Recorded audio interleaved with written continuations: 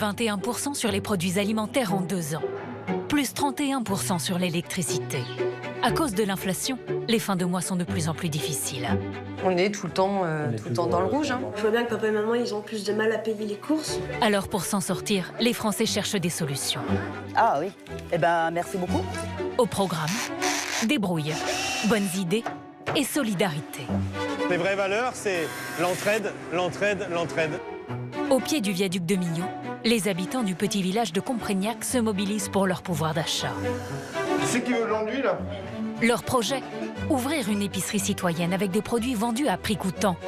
Mais il va falloir négocier serré avec les grossistes. Là, on est dans une autre échelle. Nous, on ne s'attendait pas à ça. C'est gros pour nous. Hein. Ce commerce anti-crise pourrait bien changer la vie de leur village.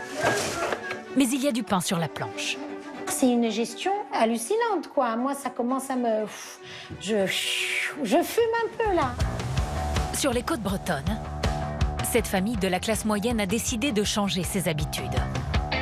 Il va falloir consommer différemment, ça c'est sûr. Tout est bon pour en finir avec les fins de mois à découvert. Panier anti-gaspi, création d'un potager, nouvelle maison mieux isolée et même un poulailler. On veut quelque chose de sain et puis pour, entre guillemets, pour zéro, ou en tout cas presque zéro. Nouvelle maison. Ouh, t'as envie de voler. En Auvergne, le quotidien d'Amélie est bouleversé depuis que sa voiture l'a lâchée. Hop, hop, hop, frein. Top. Ça réveille le matin, on le prend plutôt du bon côté. En tout cas, on essaye. Merci, au revoir. Sans véhicule, cette mère isolée risque de perdre son emploi. Et elle n'a pas les moyens de racheter une voiture d'occasion. Son espoir, passer par un garage solidaire. Vous la vendrez combien cette voiture-là? 1 700 €, carte grise comprise. Pascal fait partie de ces retraités qui ne peuvent pas vraiment se reposer. Je touche 671 € de retraite par mois. Si je fais pas de brocante, je mange pas. Tous les week-ends, elle sillonne les vides-greniers pour vendre des jouets d'occasion, un quotidien éreintant. Elle est belle, ma marchandise. Pour ne plus avoir à se lever à 3 h du matin, Pascal rêve d'un camping-car qui lui permettrait de dormir sur place. Ah bah là, faut y aller, hein. Face à la crise, il se retrousse les manches. Merci à tous. Rencontre avec ces rois de la débrouille qui inventent des solutions pour vivre mieux.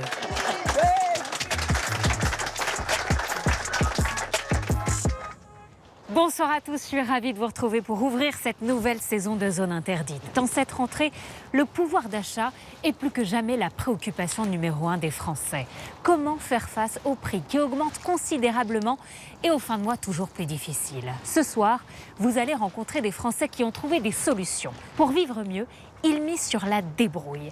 Commerce anti-crise, garage solidaire, nouvelles habitudes de vie pour réduire les dépenses. Ces familles ont de très bonnes idées et elles vont vous inspirer. Système B et solidarité, la débrouille pour finir le mois, c'est signé Jean-Baptiste Gallo, Stéphane Rodriguez et Myriam Belyazid. Perdu dans les gorges du Tarn, au cœur de l'Aveyron, le petit village de Comprignac, 238 habitants. Ici, comme dans près de 21 000 communes en France, il n'y a plus aucun commerce, pas même une boulangerie. Impossible de faire ses courses sans prendre sa voiture.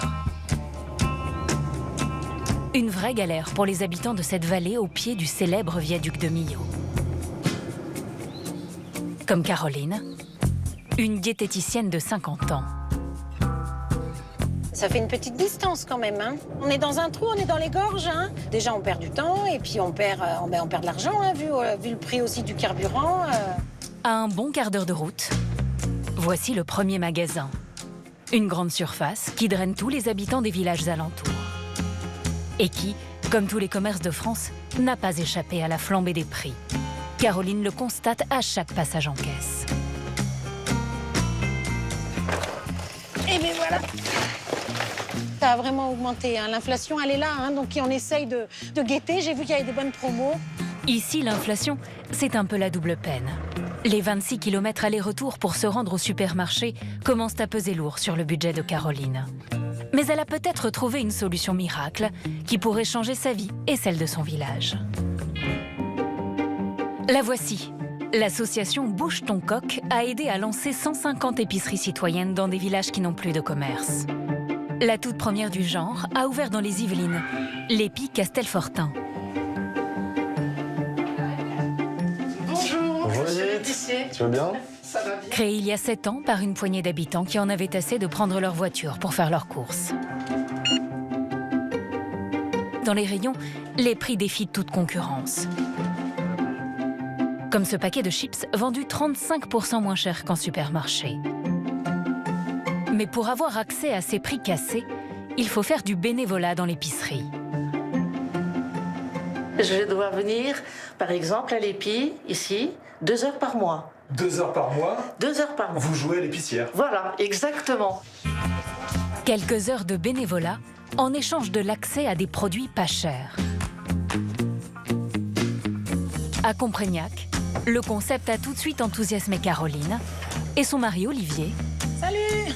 qui est également le maire du village. Ça y est, j'ai fait les petits. Ensemble, ils ont décidé de se lancer dans l'aventure pour redonner un lieu de vie à Comprignac, mais aussi pour améliorer le pouvoir d'achat des habitants.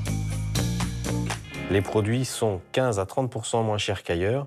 Ça nous permettrait de, entre guillemets, de ne pas sentir cette inflation. Je pense que ça peut être une sacrée bouffée d'oxygène, oui. C'est tellement simple que c'est génial. À Comprignac, on a déjà trouvé un local pour accueillir le concept, l'ancien atelier communal. Le maire, Olivier, va le mettre gratuitement à la disposition de la future épicerie. Alors, c'est pas du grand luxe, hein. Vous avez les panneaux de travaux, on a encore un Karcher qui traîne, on a notre réserve de fuel pour notre tracteur. Un bric-à-brac qu'il va falloir débarrasser. Et des murs qui auraient bien besoin d'une sérieuse rénovation. Difficile d'imaginer un commerce ici, à moins de parvenir à mobiliser toutes les bonnes volontés. Il y aura du travail, la mairie aidera aussi, un petit peu, mais c'est surtout les habitants qui vont faire 99% du travail. On est obligé de faire avec le système D. Pour une commune rurale comme la nôtre, oui, il n'y a pas d'autre solution, hein. Comme on dit, on n'a pas de pétrole, mais on a des idées, donc on essaye. On essaie de s'en sortir comme ça. Pour que le projet fonctionne, la population doit s'impliquer. Alors ce soir, Olivier a organisé un test. Une grande réunion publique dans la salle des fêtes. Ah bah c'était déjà ouvert. Les habitants seront-ils au rendez-vous? Le maire peut déjà compter sur un petit noyau dur de citoyens convaincus, notamment son épouse Caroline. En tout cas, on est tous partants et on va y arriver tous ensemble. La salle des fêtes se remplit à vue d'œil. À l'échelle du village, c'est un vrai succès. Là, je pense que ce soir, on est sur une bonne soixantaine et on a 238 habitants. Donc, grosso modo, on a déjà un quart de la population qui est présente ce soir. Ça fait chaud au cœur et on se dit qu'on ne s'est pas trompé pour essayer de lancer ce projet et que les gens y croient, quoi. On n'est pas seul. C'est magique.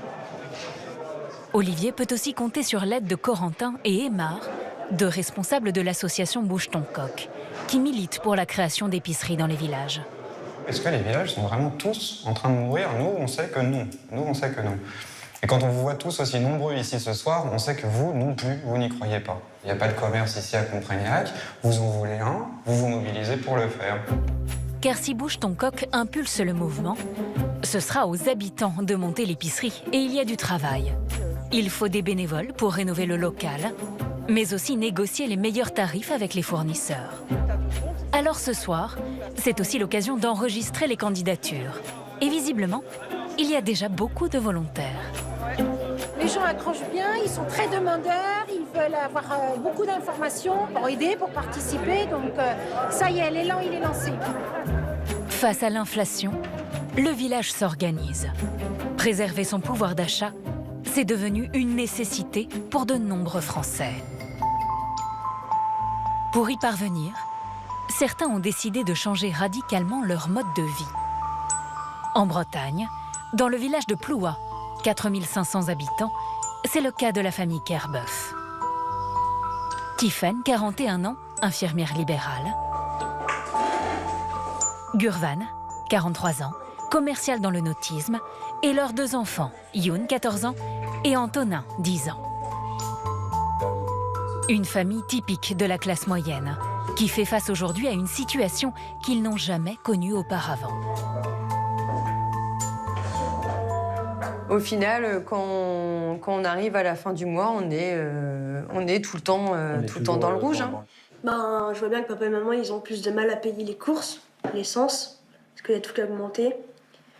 C'est trop cher maintenant. Ça, tu le vois, toi? Ouais. Ça t'inquiète? Bah ouais, un peu quand même.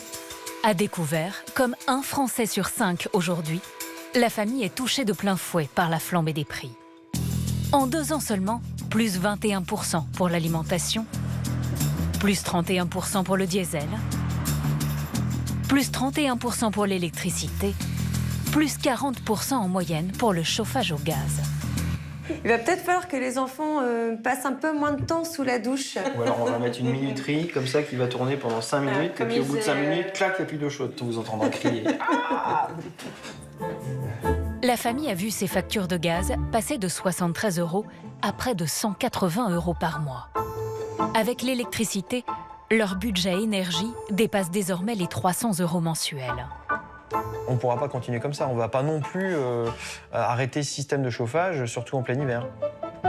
Et ils ont beau gagner 3 500 € net à deux.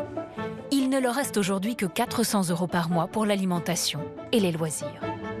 Cet argent-là, il va falloir le dépenser intelligemment dans nos courses, dans les choses qu'on va pouvoir faire à côté. Si on veut réussir à se faire un peu plaisir, un minimum dans la vie de tous les jours, eh ben, il faut qu'on soit vigilant par rapport à tout ça. Il faudra être malin. Aujourd'hui, c'est ce qu'il va falloir faire, je pense. Bon, j'y vais? Ouais, à tout à l'heure. La famille va devoir repenser complètement son fonctionnement pour faire des économies dans tous les domaines. Et ça commence par le logement. Première étape, quitter leur maison mal isolée pour un nouveau domicile. Gurvan et Tiffen ont fait le pari d'acheter cette petite maison à retaper. Ils ont signé juste avant que les taux d'intérêt ne soient multipliés par 3. Ici, ils ont choisi de perdre en superficie. 90 mètres carrés au sol, c'est 50 de moins que dans leur location. Et tout est à aménager, notamment les combles, pour les rendre habitables. Il va falloir du courage, mais le prix en valait la chandelle. La maison en elle-même, on l'a négociée à 200 000 €. Dans le marché actuel, c'est un très très bon prix, sachant qu'on avait négocié aussi beaucoup de choses avec l'ancien propriétaire sur le fait qu'il ait fait le début des travaux et en gros qu'on avait négocié avec lui le fait de prendre le relais sur tout ce qui restait à faire. En achetant une maison inachevée, ils ont économisé presque 100 000 €. En contrepartie, la famille va devoir passer tous ses week-ends à finir les travaux, de la cuisine aux salles de bain, en passant par les peintures ou le carrelage. Seule exception, l'isolation des combles est confiée à des artisans. Pendant qu'ils font ça, moi je peux faire autre chose. Ça avance plus vite. Et puis en attendant, au moins ils vont faire gagner énormément de temps parce que derrière on aura juste à faire nous les peintures. Après il nous reste toute la déco à faire, il me reste les radiateurs à poser, les mitigeurs à poser. Mais malgré tout, voilà, ça va nous faire gagner un temps fou. Beaucoup d'efforts, mais à la clé des économies importantes, car cette maison devrait leur coûter bien moins cher en chauffage. La maison elle va être plus petite que notre location, mais qui dit plus petit dit aussi plus facile à chauffer. Parce qu'en plus, elle est isolée, donc plein sud. On n'aura presque pas besoin de chauffage. Donc ça va nous changer la vie, effectivement. Et dans le jardin, Tiffen et Gurvan se lancent dans une nouvelle aventure. Alors on va faire un potager aussi, alors qui nous permettrait déjà de mettre au moins quelques rangées de pommes de terre, des tomates, des choses comme ça, des aromates, des herbes de Provence. Ah, c'est des économies en perspective. On veut quelque chose de sain et puis pour, entre guillemets, pour zéro, ou en tout cas presque zéro. Produire soi-même son alimentation, c'est la tendance du moment. Ok, très bien. Eh ben, il n'y a plus qu'à. Depuis 2 ans, plus de 4 millions de Français s'y sont mis. Pour manger plus sainement, mais aussi pour lutter contre l'inflation. Aujourd'hui, un foyer sur 3 cultive son petit coin de potager. Et certains vont même plus loin. Comme une famille sur 10 aujourd'hui, la famille Kerbeuf veut ses propres poules. Ce matin, ils ont rendez-vous chez Cot House, un fabricant de poulaillers produit en Bretagne. Bonjour. Bonjour. Le patron, c'est Xavier, 23 ans. Il dessine et conçoit lui-même ses propres modèles. On souhaiterait pouvoir mettre un poulailler chez nous. Ok. Moi, une famille de 4 personnes, j'aime bien dire une poule par personne, tout simplement. Ok. 4 poules. Xavier a imaginé des poulaillers pleins d'astuces pour faciliter au maximum le quotidien des éleveurs, surtout les débutants. La famille est séduite par le concept, reste à évaluer les économies qu'il pourrait faire. Je me rends pas compte en fait de capacité de production d'une poule. Ouais. Alors une poule, faut compter 250 à 300 œufs par an, quand même. Ouais. Ça représente pas mal d'économies. Ouais. Voilà, vous les achèterez plus au magasin, ça je vous Non, mais le ça, on certifie. est bien d'accord. 4 poules à la maison, c'est donc au minimum 1000 œufs par an. À 50 centimes en moyenne l'œuf bio vendu en supermarché, cela représente 500 € d'économie chaque année. La poule, c'est carrément la bestiole anti-crise. Elle mange vos déchets, elle pond des œufs. C'est vraiment une solution anti-inflation d'adopter des poules à la maison. 500 € d'économie, dont il faut tout de même retrancher une centaine d'euros pour le grain, ainsi qu'un gros effort financier au départ pour s'équiper. Alors là, sur ce poulailler-là, vous comptez quasi 600 € pour le poulailler. Vu les investissements de départ, ça paraît important, mais au final, on va vite amortir tout ça. Il faut voir un investissement voilà, sur 10 ans. Moi, je suis partante. Hein. Eh ben, merci beaucoup. Bah, merci à vous. En Et tout puis, cas, bah, merci pour bientôt, votre alors. commande. Ouais. Ok, À bientôt. merci, au revoir. À bientôt. Au revoir. Un poulailler, un potager et une maison bien isolée, c'est bien, mais il y a encore du travail avant de mesurer les bénéfices de cette nouvelle vie. Alors en attendant, la famille va devoir imaginer d'autres astuces pour faire des économies. Pour tous aujourd'hui, c'est l'heure de la débrouille. Et notamment pour les retraités aux petits revenus, déjà fragilisés. À Chintreau, dans le sud de la Seine-et-Marne. Bonjour. Je viens pour les jouets. Oui, entrez. Pascal, retraité de 61 ans, se rend chez une voisine dont le fils vend une partie de ses jouets. Ah, vous êtes bien ici. Ça va. Au calme. Au calme. D'après les photos de l'annonce, elle espère faire de bonnes affaires. Ah bah voilà, c'est ça que je voyais sur les photos. Il est génial. Alors, Déjà, ça fait du bruit. montre-moi un petit peu. Ça, c'est le robot Power. Et comment il s'appelle, lui? Je sais pas. Eh bien, écoutez, je vous le prends. Ouais. À combien vous me le faites, celui-là? 15 €. D'accord. Ouais. Ok. Pascal adore les jouets, mais ce n'est pas pour le plaisir qu'elle en achète. Ça m'intéresse parce que comme je fais beaucoup de brocantes et que j'achète des jouets un petit peu partout pour revendre éventuellement, donc là, franchement, c'est la première fois que j'en vois un comme ça, d'ailleurs. C'était 15 €. 15 €. Voilà. Au magasin, neuf, vous l'achetez 80. Donc éventuellement, je vais pouvoir le revendre un petit peu plus cher pour me faire un petit bénéfice dessus. Bah parce qu'avec les revenus que j'ai maintenant, si je fais pas ça, bah, je mange pas des côtes de bœuf tous les jours. Hein. Voilà, c'est jambon chips. Hein. Bon, ben, très bien, hein, je suis contente. Ça va aller? Oh, bah, je pense. Hein. Pascal fait partie des 10 millions de Français qui vivent sous le seuil de pauvreté, fixé à 1 102 € par mois pour une personne seule. Les vides-greniers sur lesquels elle vend ses jouets lui sont indispensables pour vivre. Elle a la chance d'être hébergée par le père de son fils, dont elle est séparée, mais qui lui prête cette petite maison où elle vit depuis 12 ans. Voilà mon fils, qui est parti il y a 3 ans maintenant. Il vit avec sa petite copine à 40 minutes d'ici. Il est beau, mon fils. Ah bah oui, hein. C'est mon chouchou. Avec 40 années en tant que coursière moto à Paris et des cotisations en dents de scie, Pascal ne touche qu'une petite pré-retraite de moins de 700 €.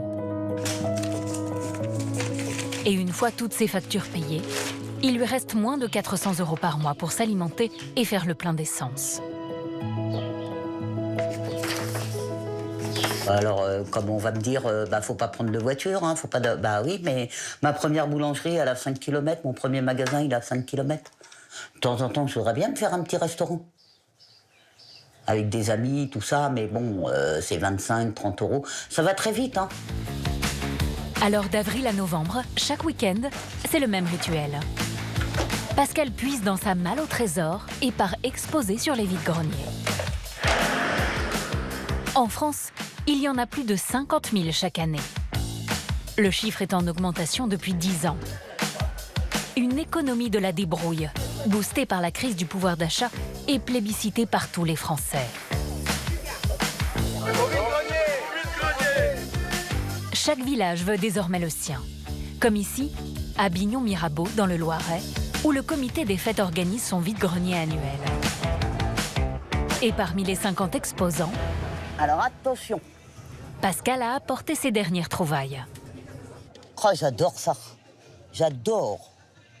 La caserne complète plus l'avion, j'espère en tirer un bon prix. Combien vous pensez le vendre? Je vais commencer à 40. Pour éventuellement le descendre à 35. Mais pas moins. Ah oui, j'ai autre chose. Il y a aussi le robot géant, acheté 15 € au même petit garçon. Ah, alors lui, il est super. Au fil des années, Pascal a remarqué que les jouets étaient ce qui se vendait le mieux sur les stands. Une intuition qui se confirme aujourd'hui. Comme le prix des jouets neufs flambe, le marché de la seconde main est en plein essor. Impeccable. Eh ben voilà. C'est bon. Voilà, voilà. Bon, maintenant, on attend le client. Qu'est-ce qui t'intéresse? Ah, celle-là? La voiture noire. Donc, c'est Playmobil, hein?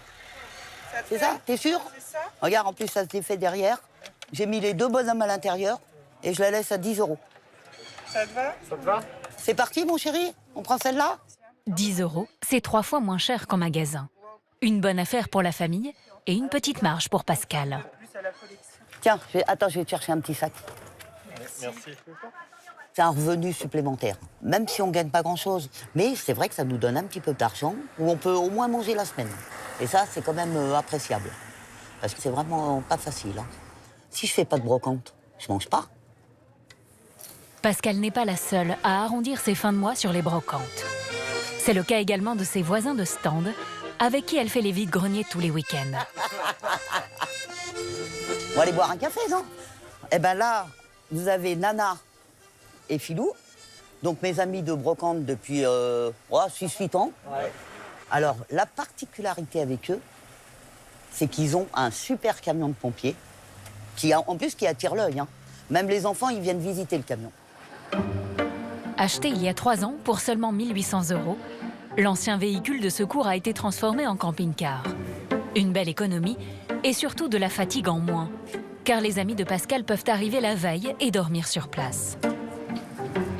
Donc là, ils ont le lit, tous les deux, où c'est quand même un lit assez grand, quoi. Franchement, télévision. Quand il fait trop chaud, ventilateur. Quand vous regardez, c'est vraiment l'ancien camion de pompiers des années 94. Regardez, vous avez encore les lumières. C'est resté tel quel. Et après, il a monté des placards pour pouvoir mettre la vaisselle, les tasses, les verres, les assiettes. Donc c'est lui qui a tout fait. Il a positionné le frigo. Et il y a les toilettes. Mais c'est vrai que c'est bien. Et moi, je voudrais bien faire pareil.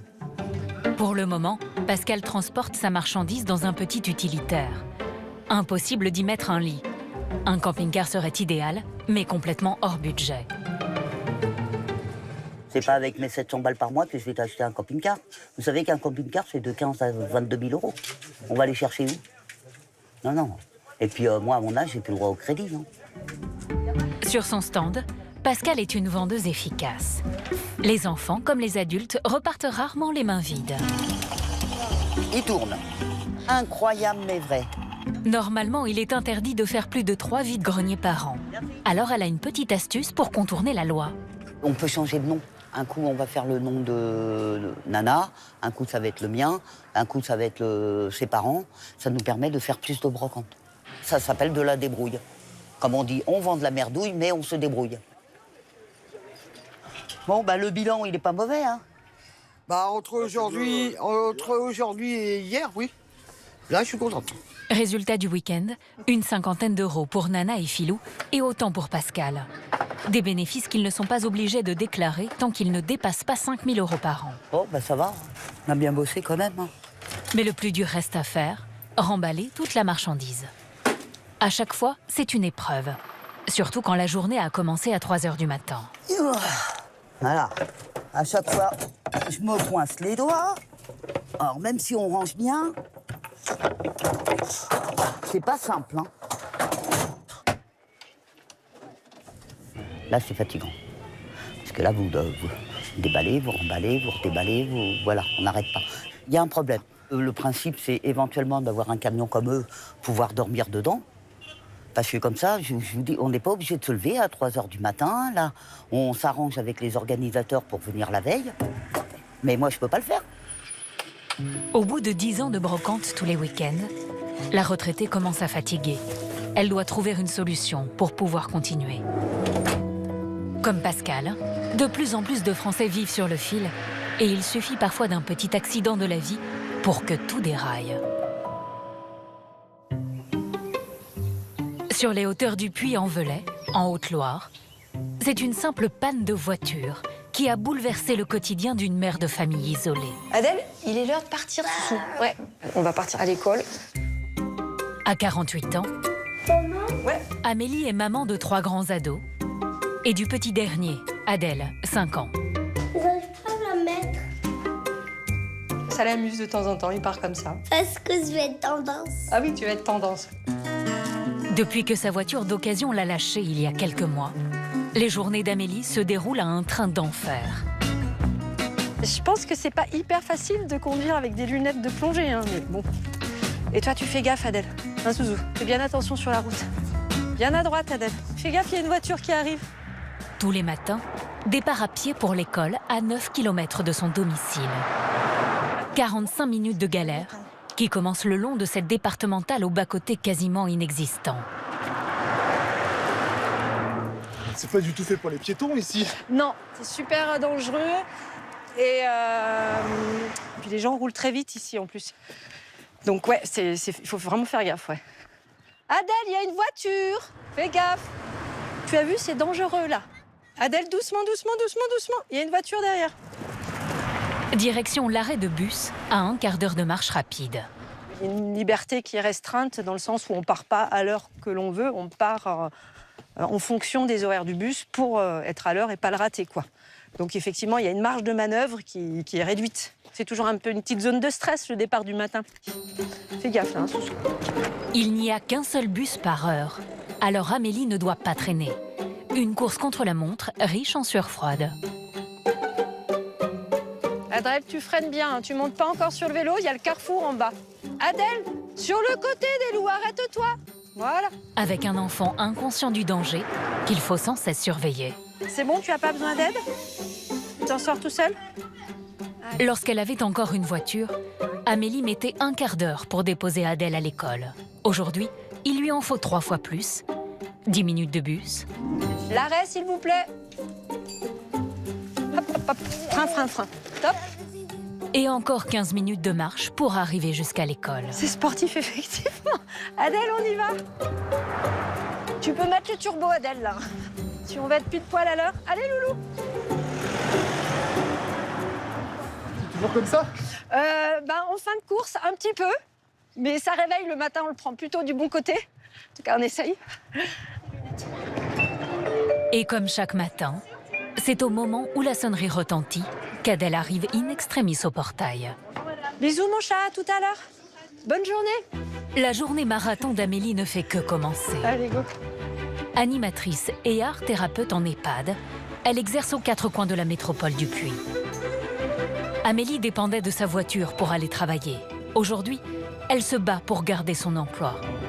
Déjà 8 mois de galère à cause de pannes en série.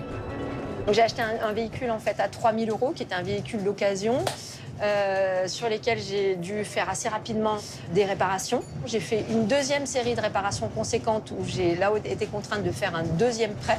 Et puis au final, les réparations n'ont pas tenu et la voiture, j'ai dû la céder à la casse. Au total, près de 8 000 € engloutis pour une voiture hors d'usage qu'Amélie continue de rembourser aujourd'hui. Merci, au revoir. Dans ces conditions, impossible de racheter un véhicule pour le moment. Comme un Français sur 5, Amélie est en situation de précarité en matière de mobilité. Alors pour continuer à travailler, elle utilise le service de voiture électrique en autopartage du Puy-en-Velay. Un bon coup de pouce, mais il n'y a que 9 véhicules.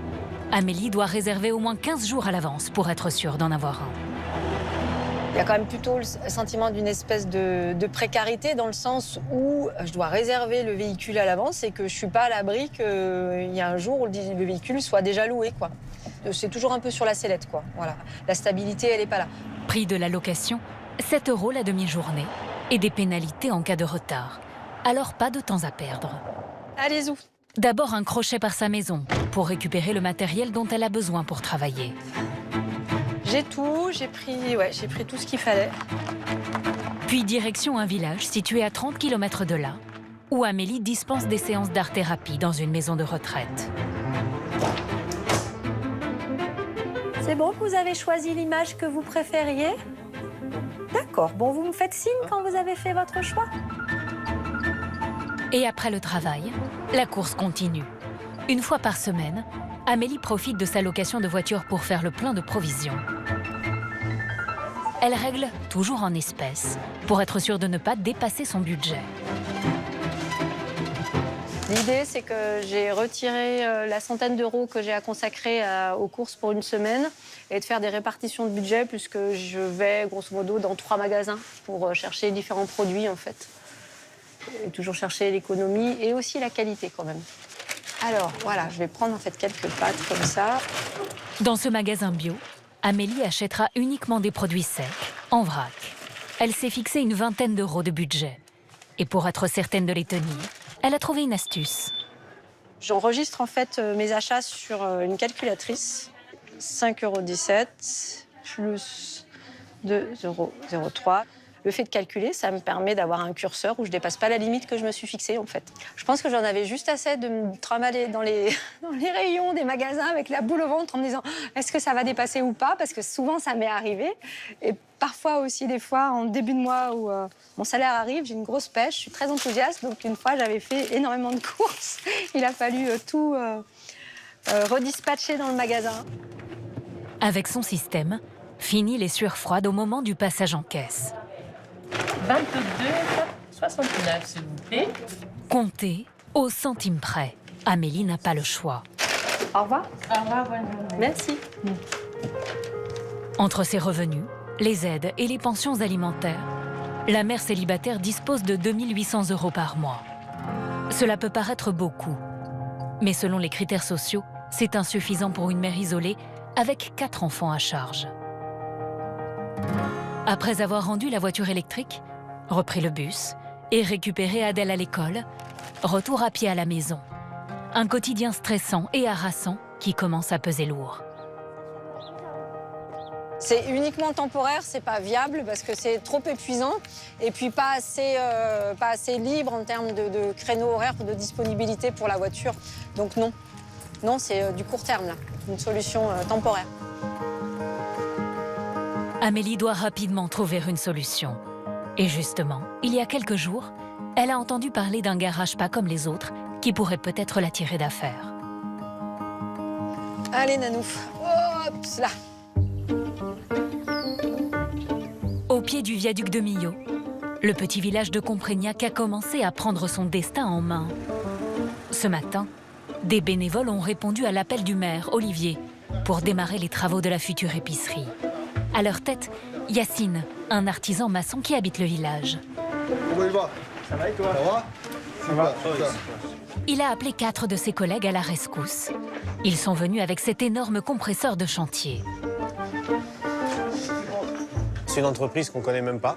Ils viennent pour rendre service à un de nos habitants. Là, ça me fait encore plus chaud au cœur parce qu'ils n'ont vraiment rien à y gagner, quoi. Pas de souci, on est ici pour solidarité.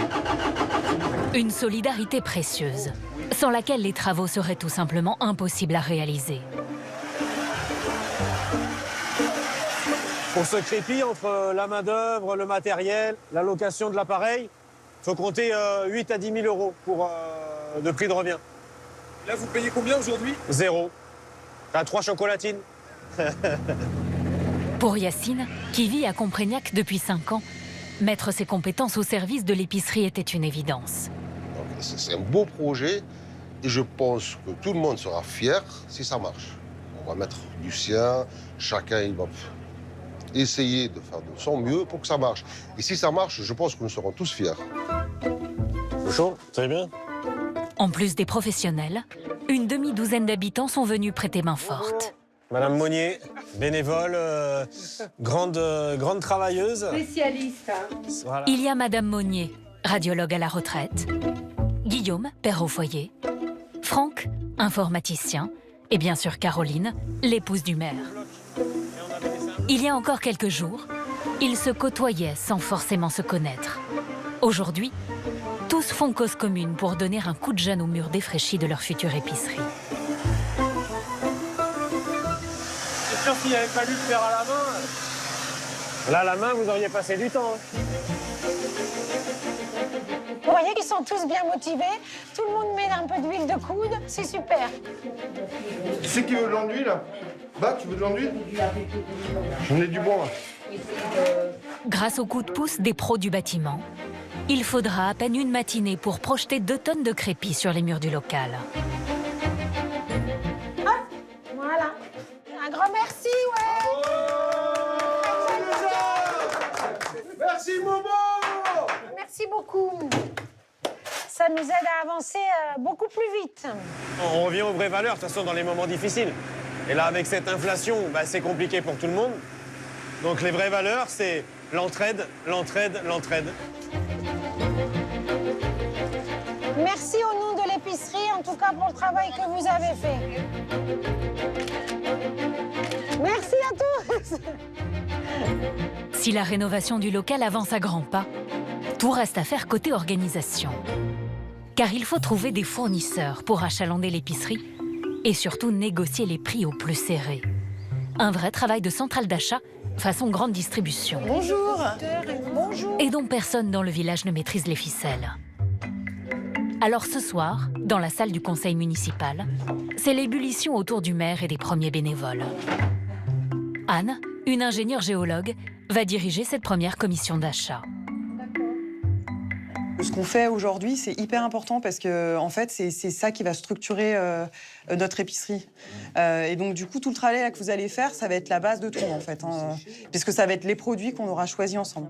Première étape, les producteurs locaux. Éleveurs, maraîchers, apiculteurs ou brasseurs de bière.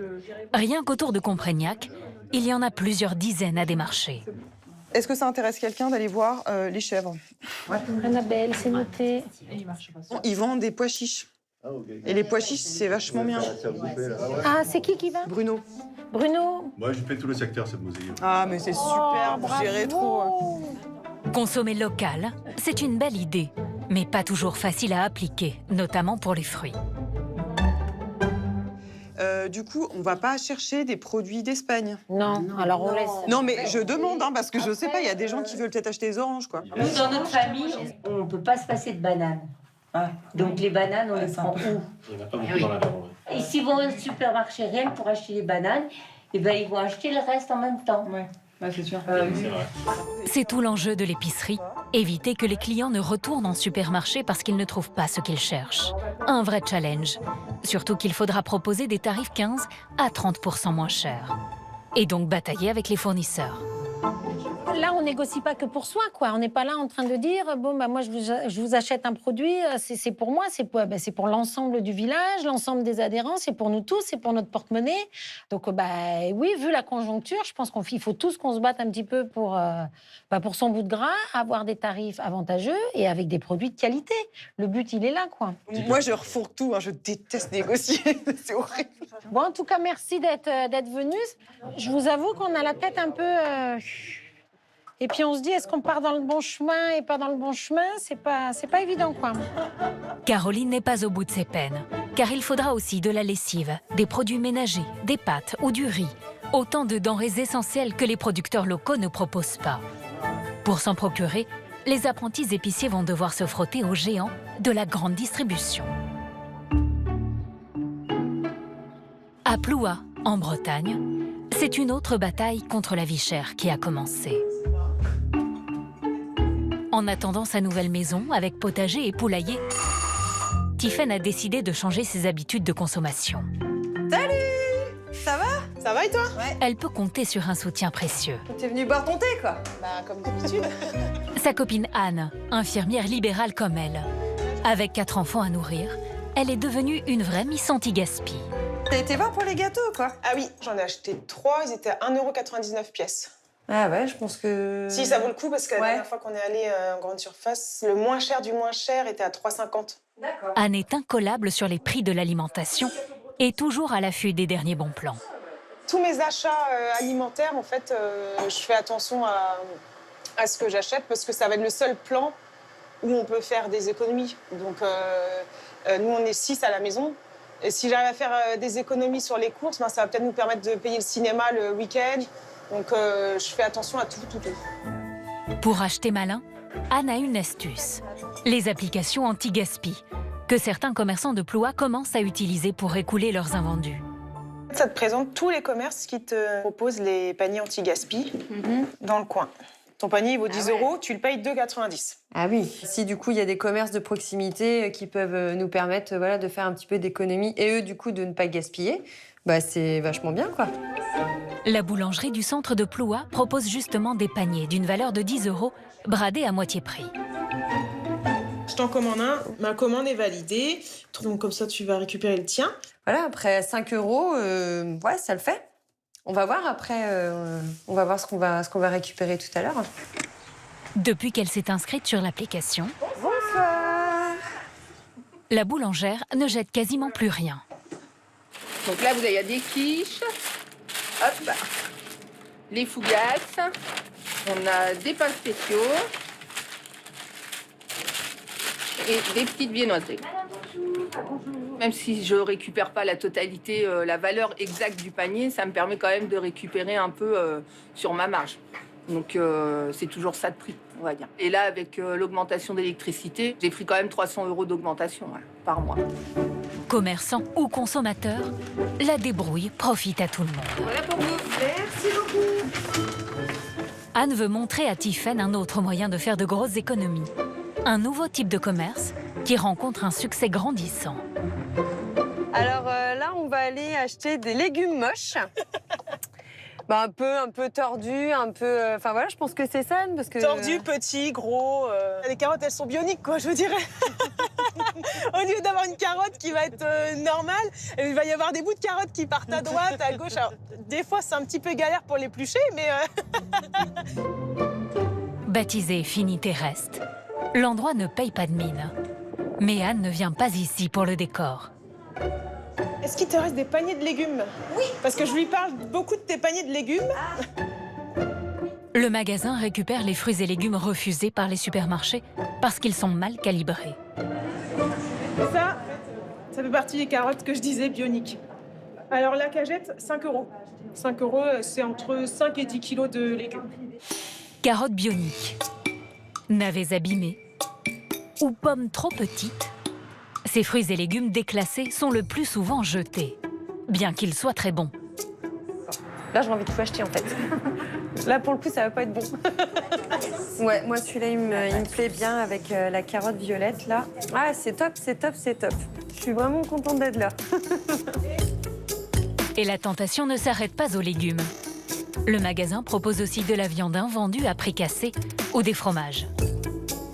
Moi, j'ai acheté un fromage à tartiflette la semaine dernière à 6,59 € et j'étais contente parce que je trouvais ça pas trop cher.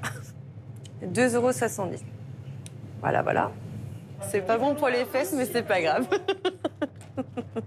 Trop bien.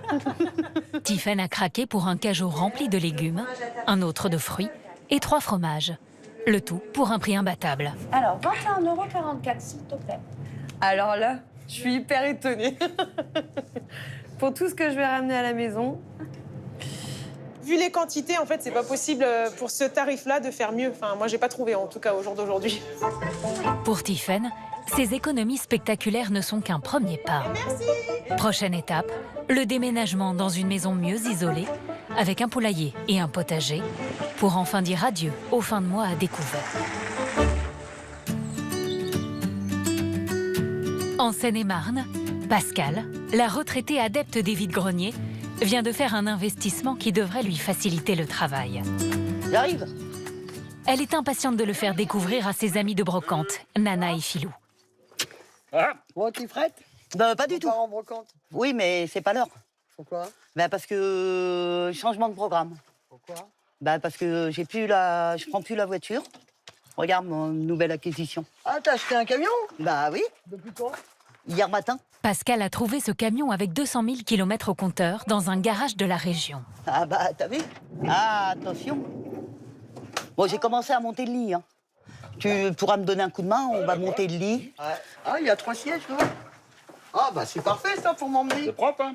Ah, non, il est génial. Ah, nickel. Et puis au moins, je peux dormir dedans sur les brocantes. C'est un ami garagiste qui le lui a vendu 6 000 € en acceptant de lui faire crédit. Je me suis arrangé avec la personne avec qui je l'ai acheté, où je paye un petit peu tous les mois. Mais je paye petit à petit, parce que je peux pas. L'idée serait d'avoir un camping-car. Mais un camping-car à 22 000 €, je fais la même chose dans un camion à 6 000 €. Il faut se débrouiller par nous-mêmes. Donc voilà. Et là, je vais pouvoir mettre tous mes cajots, et j'en mets plus. Donc plus, c'est vendre plus. Gagner plus. Là, il va falloir bosser. Hein. Parce que si elle veut dormir dedans ce soir... Ah bah là, faut y aller, hein. Avec l'aide de Philou, normalement, ça doit passer comme ça. les quelques mètres cubes supplémentaires de ce nouveau camion vont permettre à Pascal d'avoir un couchage en permanence. Bien. Alors attends, on va essayer le matelas. Allez. Voilà, nickel. Ok. Donc ça sera un petit cocktail, s'il vous plaît. Une fois le lit installé, Pascal et ses amis doivent encore transvaser toute la marchandise de son ancien utilitaire vers le nouveau camion. Impeccable. Pause. Donc ça, c'est lourd. Donc, voilà. On rebouche. Ah, ça nous fait du sport, on va pas à la salle de sport, alors autant faire ça. Hein. Voilà, ça c'est fini. C'est parti? Direction Courtenay. À une demi-heure de route, dans le département voisin du Loiret. Le vide-grenier n'a lieu que le lendemain, mais Pascal a négocié avec les organisateurs de pouvoir arriver la veille et de dormir sur place.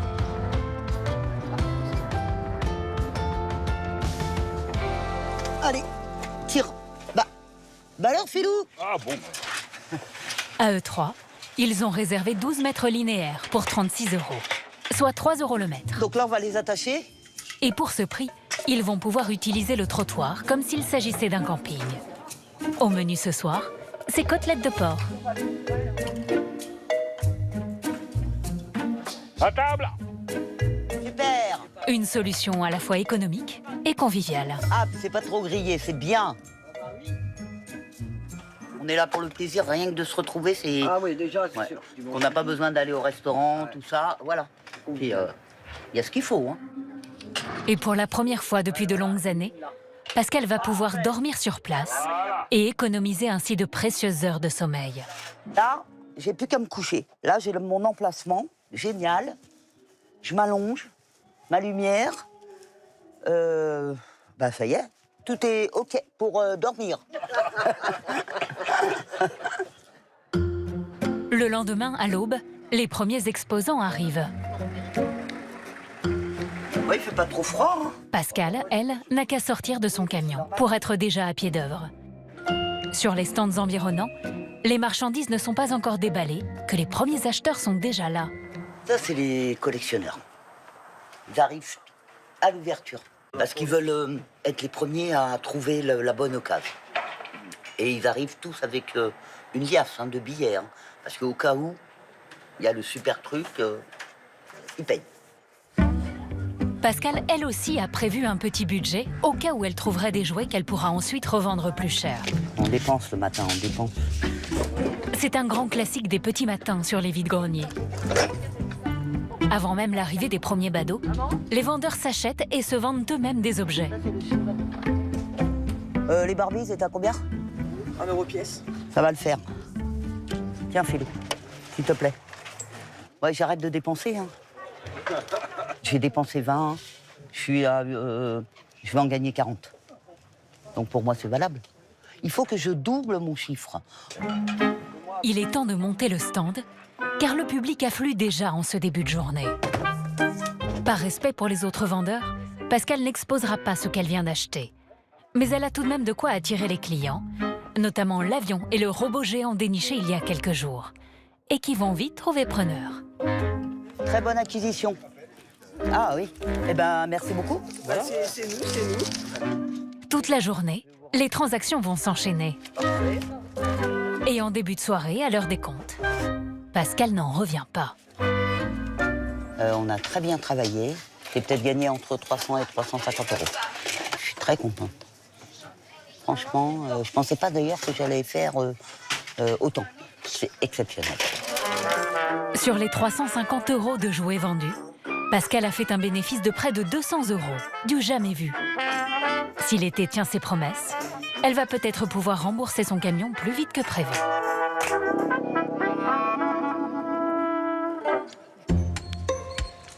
Au pied du viaduc de Millau, c'est la vie de tout un village qui s'apprête à changer.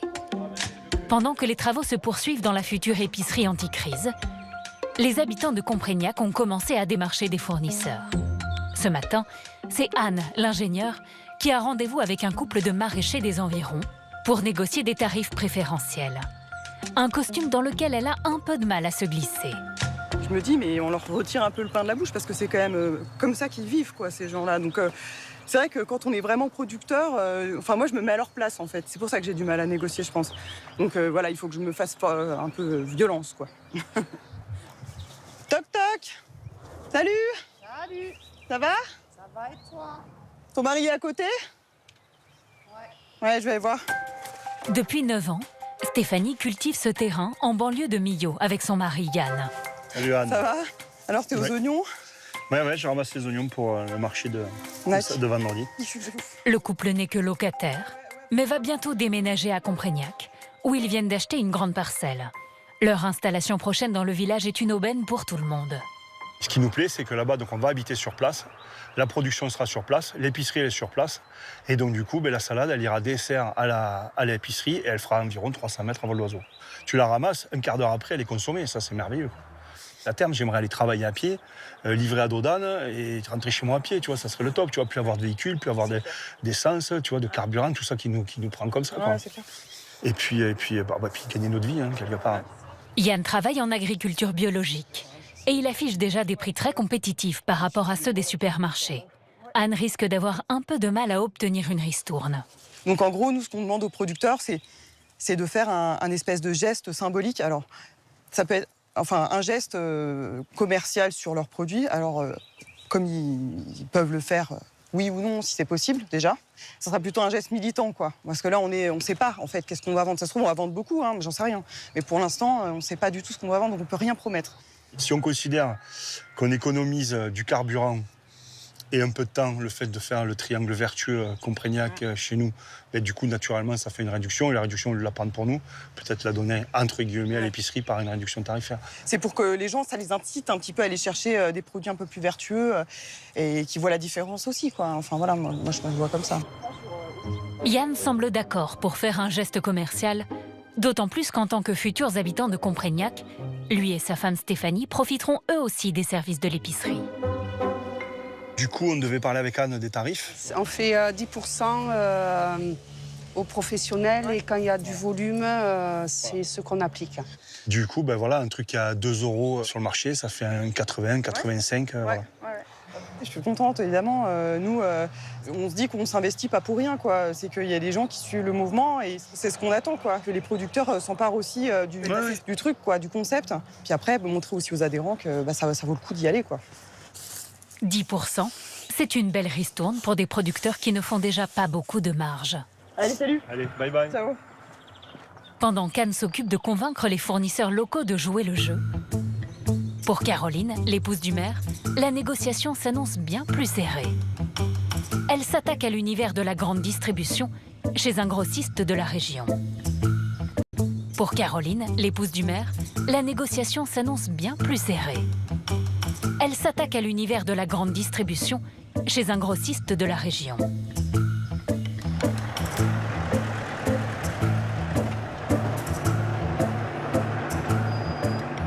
Bonjour, Madame Julien, ça va? Et vous? Ouais, merci de nous recevoir ici. Mais avec plaisir. C'est ici qu'elle espère acheter de la lessive, des pâtes et des biscuits à des prix compétitifs. L'entrepôt est gigantesque. Alors en tout, dans tout l'entrepôt, on a 15 000 références. Ok, voilà. Parfait. Entre l'épicerie citoyenne et le grossiste, c'est un peu le choc des cultures. Ici, il y a de quoi remplir des dizaines de magasins. Des chips, à la farine, en passant par les confitures, les filets de patates ou les paquets de lessive. Ça on fait, hein. Il va falloir choisir les bons produits, quoi. Oui, mais on le fera ensemble, je suis là pour ça. Ah, super. Caroline commence à réaliser le casse-tête que représente l'achalandage d'un commerce. Il faut dire qu'avec ces milliers de références, il y a de quoi avoir le tournis. Ça fait beaucoup de produits. Alors c'est vrai que nous, avec notre petite épicerie, hein, où on ne va pas rentrer des tonnes de références comme ça. Sur une petite épicerie comme ça, je pense que 5000, ça serait... Ça va vite, mais peut-être moins même. Peut-être moins, on arriverait peut-être à... 5000, on ne les rentrera pas. Non, mais 5000, vous ne les rentrerez pas, mais je pense qu'avec 2000 références, vous, ça devrait suffire. Ah ouais, pour commencer, on va commencer avec moi, parce qu'il va falloir les saisir et après, tout, c'est une organisation. Après, s'il faut commencer qu'avec 1000 références, on le fera. Hein. Ouais, et ça ouais, va ouais. vite, hein, les références. Hein. Oui, c'est ça. Les pâtes, la coquillette, le spaghetti, la nouille, le macaroni, déjà, ça me fait 4. On voit qu'on va chercher chez les gros pour achalander les petits, quoi. On va essayer comme ça. Voilà. Mais les tarifs seront-ils suffisamment compétitifs? Les négociations commencent. Il n'y a pas de marge. Hein. C'est une épicerie citoyenne, sans marge. On achète, on revend. Donc on compte sur vous et on attend vos propositions par rapport à ça pour voir. Nous, on fait tout ce qu'on peut pour que vous soyez dans des prix. Mais vous, l'avantage qu'il y a, c'est que vous allez vendre sans me faire de bénéfices. Donc là, forcément, vous serez placé. Parce que vous nous le vendez au prix que vous l'achetez, c'est ça? Ou comment vous fonctionnez? Ah non, nous, il faut qu'on fasse vivre l'entreprise. Ouais. Donc il y a une marge dessus. Voilà, d'accord, donc c'est le prix TTC que vous nous avez donné. Voilà, tout à fait. Caroline est un peu déçue, car les prix ne s'annoncent pas aussi bas qu'elle l'espérait. Donc vous pensez que c'est dans vos cordes d'arriver à leur permettre d'être quand même moins cher qu'en grande surface? Moins cher qu'en grande surface, peut-être pas. Mais au moins avoir des prix corrects que les gens puissent acheter. Voilà. Après, donner un pourcentage, c'est impossible. Enfin, nous, on est là en tout cas pour vous les aider et pour faire le maximum pour que vous réussissiez. Ça, c'est sûr. Allez, merci beaucoup. Avec plaisir, Caroline, et à bientôt alors. Hein. On se tient au courant. Et surtout, vous n'hésitez pas à m'appeler. Et venez voir l'épicerie. Je viendrai. Hein? Avec plaisir. Bonne journée, à bientôt.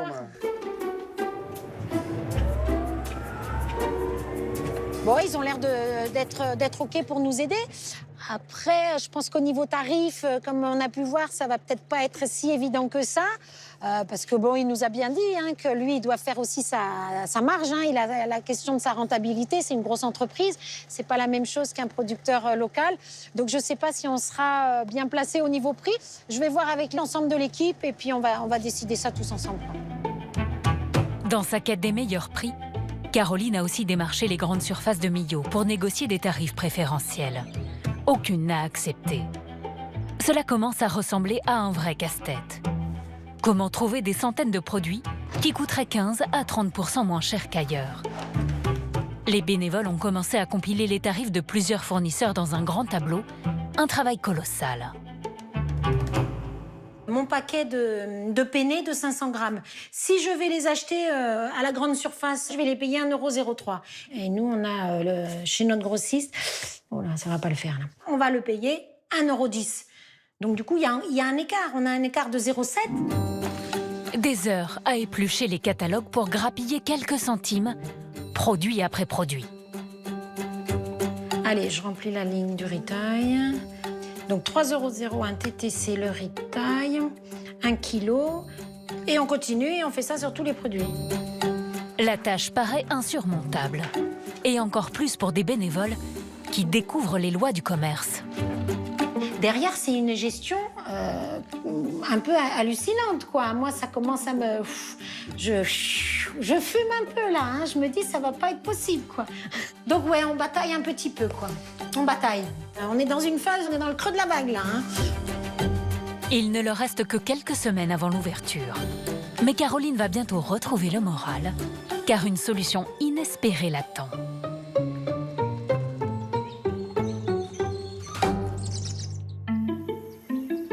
Sur les hauteurs du Puy-en-Velay, la débrouille est devenue une question de survie pour Amélie. Si elle ne veut pas perdre son emploi, la mère de famille doit absolument retrouver une voiture. Sauf que le marché de l'occasion est devenu inabordable. Alors, 10 000 euros, après 19 000, 24 000, 34 000. Du coup, c'est des voitures qui sont hors budget. Donc là, je trouve des offres. Ok, 7 400. Bon, bah, celle-ci, c'est la moins chère. C'est une Clio. 50 000 km, boîte manuelle, essence, 2009. Donc ça veut dire qu'elle a 14 ans. On n'est plus vraiment dans le véhicule récent. Et 7 000 euros, déjà, c'est énorme pour une voiture. C'est hors budget, mais total, quoi. Mais je suis en train de me dire aussi que c'est des prix de véhicules d'occasion. On n'est pas dans des produits neufs. En 3 ans, le prix des voitures d'occasion a flambé. Plus 35% depuis 2020, à cause de l'inflation et de la pénurie de composants qui freinent le marché du neuf. Conséquence, le prix moyen d'une voiture d'occasion s'élève à 22 900 €. Un chiffre à peine croyable, et pour Amélie, totalement hors de portée. Mon besoin, il est réel. Et à la fois, pour l'instant, ce que je vois, c'est inaccessible, quoi. Donc, il y a un peu de souffrance parce qu'il y a un besoin qui est vraiment là et des propositions qui, pour l'instant, sont inadéquates. Mais Amélie a peut-être un espoir. Aujourd'hui, dans cette zone industrielle du Puy-en-Velay, elle a rendez-vous dans un garage pas comme les autres qui pourrait lui apporter une solution.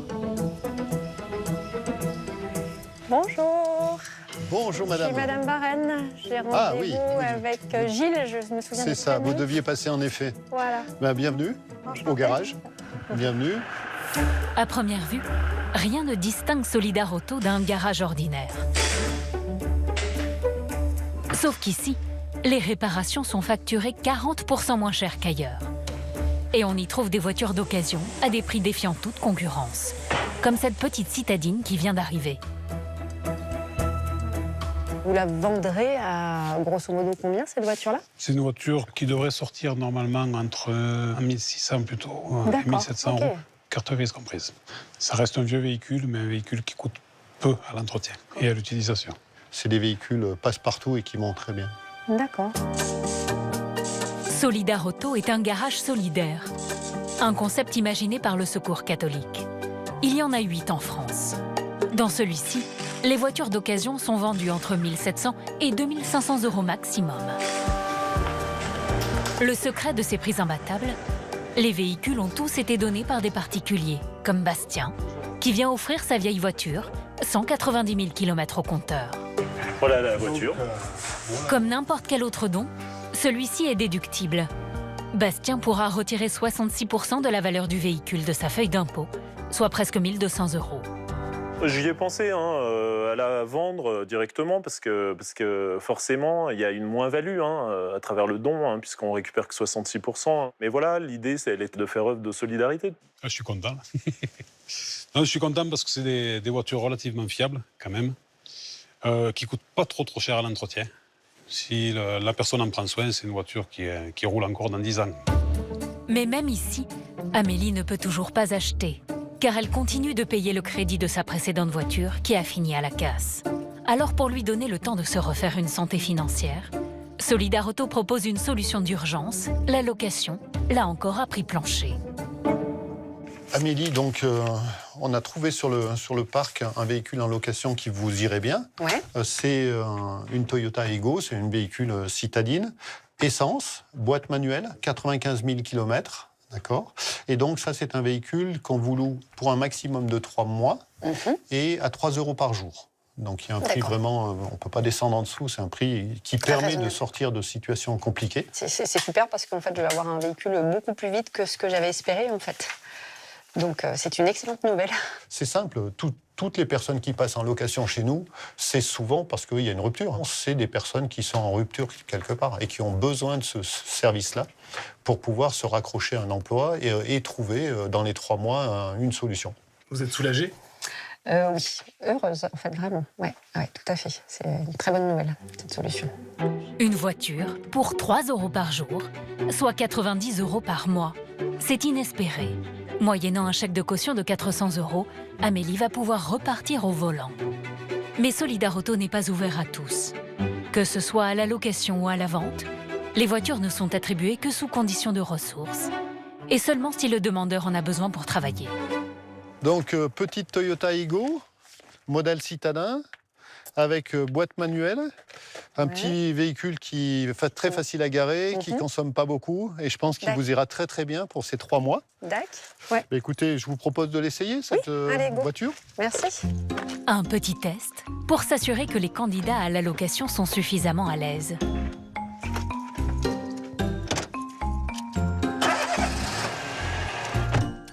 Et pour Amélie, un petit coup de stress au démarrage, après de longs mois sans conduire.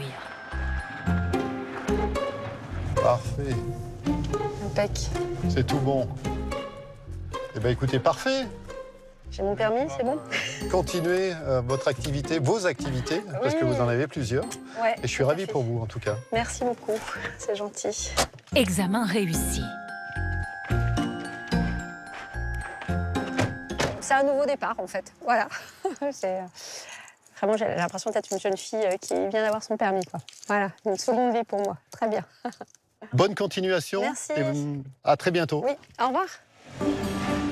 Pour la première fois depuis de longs mois, Amélie peut enfin retrouver le plaisir simple d'aller attendre son fils Adèle à la sortie de l'école et de le ramener à la maison en voiture. La bagnole est là-bas, Loulou. On rentre en voiture cette fois-ci, pas en bus comme hier. Hein. Comme t'as fait hier. Ouais, bon, ça veut dire qu'elle est contente. C'est bon. Alors vraiment, ce qui me vient en premier, c'est stop la fatigue, quoi, parce que c'était quand même une charge et mentale et physique, le fait de marcher puis de prendre le bus. Ça a été vraiment assez dur cet hiver, hein, pour être tout à fait honnête. Maintenant que le gros est passé derrière, c'était difficile. Amélie sait que son répit sera de courte durée. Cette location est limitée à 3 mois. Elle doit absolument rembourser ses dettes avant de pouvoir enfin acheter sa propre voiture.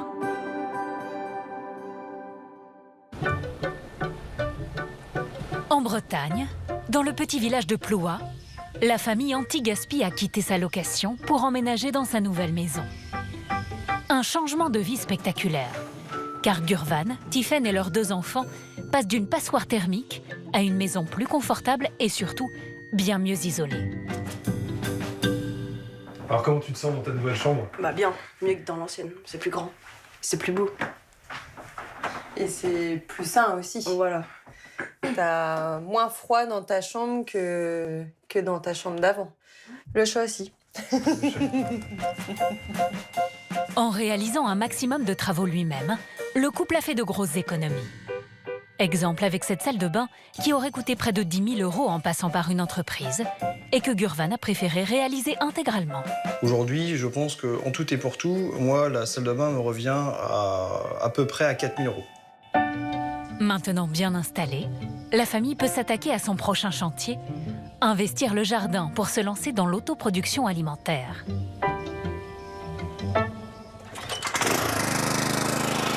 Gurvan s'est fait prêter un motoculteur pour préparer le terrain. Maintenant, tu vas casser les meutes, que ce soit à peu près lisse tout partout.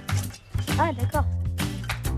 La famille la joue modeste, une vingtaine de mètres carrés seulement, alors qu'il en faudrait 10 fois plus, 200 mètres carrés, pour nourrir 4 personnes. Mais avant de voir aussi grand, Gurvan et Tiffaine veulent d'abord évaluer le potentiel du terrain. Tiens là, regarde un gros lombric là, et des balaises, donc c'est cool. C'est que la terre va bien respirer. Enfin, il y en a un énorme là. C'est vraiment chouette ça. On met quoi d'abord? On avait dit les tomates dans le fond. Pour savoir ce qui poussera le mieux, la famille va planter un peu de tout. Tomates, salades, courgettes, poivrons ou encore courges butternut. Ouais, tu tasses bien autour. Le premier plan du jardin. Ouais, c'est trop bien de faire ça. Voilà, c'est le premier. Je préfère manger les tomates ou les poivrons du jardin que les manger en supermarché. Bon. Ouais, c'est bien ça. Cette année, le prix des fruits et légumes a augmenté de 16%. Aujourd'hui, en manger 5 par jour coûte entre 130 et 240 € par mois pour une famille de 4. Si tout va bien, Gurvan et Tiffaine devraient donc réaliser de belles économies. C'est pas mal, hein? C'est agréable, c'est cool. Puis bah, voilà, on se dit ça y est, c'est parti. L'aventure est lancée. C'est cool. Allez, on continue. Dernière étape du grand projet familial, l'installation du poulailler que Xavier, le fabricant, vient livrer quelques jours plus tard. Allez-y. Depuis qu'il s'est lancé il y a 6 ans, le jeune entrepreneur a bien rodé son concept. 5 kilos. Un peu de grain pour la nourriture des poules. Oui, bien. Et ces gros cartons pour un poulailler à monter soi-même.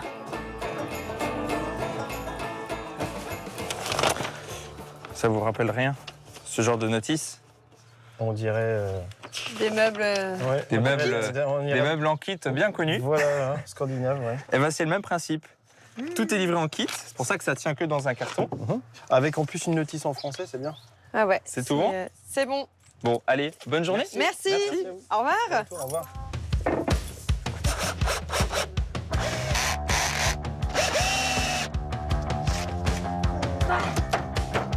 Ça rigole pas là. Hein. Et puis là, on peut même pas lui parler. De toute façon, il est dans son monde, donc c'est pas grave. Je laisse faire, c'est bien. Il faut à peine 1 heure à un pro du bricolage comme Gurvan pour venir à bout du poulailler, qui n'attend désormais plus que ses futurs locataires. Je regarde à l'intérieur pour voir si c'est bien. Moi, je trouve que c'est trop bien. J'aimerais bien être une poule, hein. Hâte d'aller chercher les poulettes maintenant pour les installer, quoi. En France, il y a aujourd'hui 12 millions de poules chez les particuliers. La famille s'apprête à en adopter 4 de plus. Bonjour. Bonjour. Elle va les choisir chez un éleveur de la région. Oh là là là là, t'as vu ça un peu?